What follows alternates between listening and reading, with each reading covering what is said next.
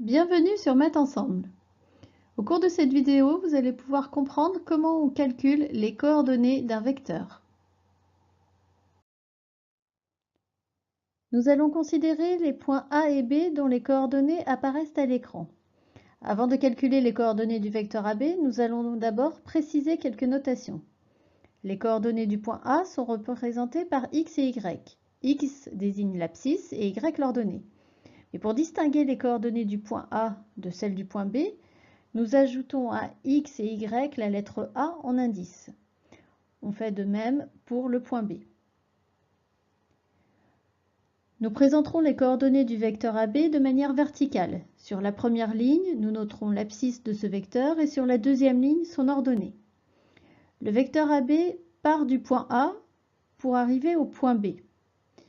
Donc l'abscisse de ce vecteur sera l'abscisse du point d'arrivée moins l'abscisse du point de départ, ce qui donne XB moins XA. Pour l'ordonnée, on notera alors YB moins YA. Il reste alors à remplacer XB, XA, YB et YA par leurs valeurs. Par identification, nous obtenons moins 2, moins 3, et ensuite, pour l'ordonnée, 5, moins 1. Après calcul, nous obtenons les coordonnées du vecteur AB. Nous obtenons pour l'abscisse moins 5 et pour l'ordonnée 6.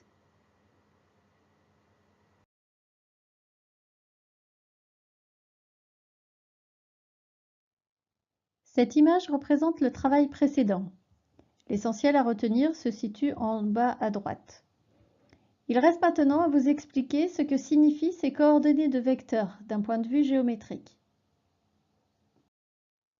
Nous connaissons les coordonnées du vecteur AB, à savoir moins 5 et 6.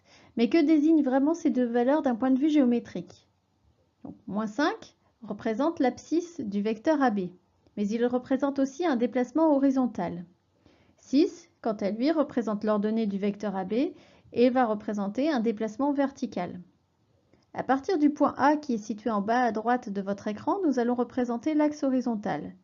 Sur cet axe, nous nous déplacerons de 5 unités dans le sens négatif, puisque moins 5 est un nombre négatif.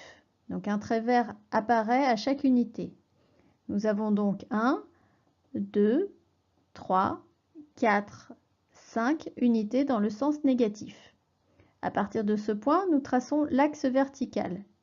Sur cet axe, nous nous déplacerons de 6 unités dans le sens positif, puisque 6 est un nombre positif. Un trait rouge apparaît à chaque unité. 1, 2, 3, 4, 5, 6 unités dans le sens positif. En parcourant le chemin vert puis le chemin rouge, à partir du point A, nous arrivons au point B.